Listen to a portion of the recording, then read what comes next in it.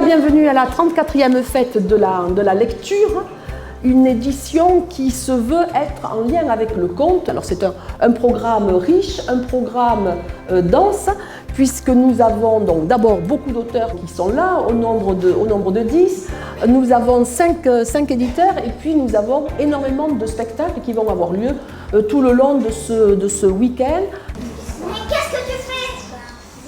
On parle de conte, C-O-N-T-E-S, et non pas de conte, C-O-N-P-T-E-S. Ben je sais, et le conte, les années.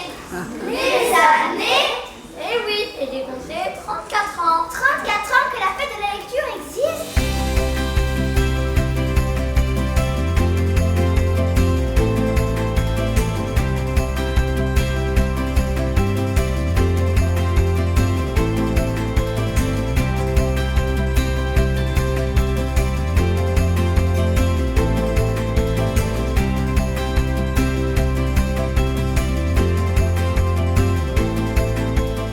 C'est la reconnaissance des enfants, c'est important parce que les enfants en général ne trichent pas.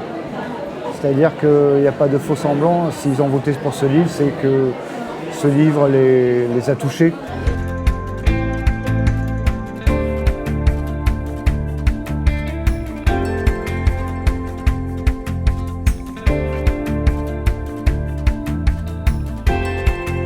Je trouve ça intéressant parce que ça permet à certains enfants qui n'ont pas la possibilité de pouvoir aller à la bibliothèque, etc. Là, voilà, de pouvoir se cultiver sur un week-end, voir des spectacles, se divertir.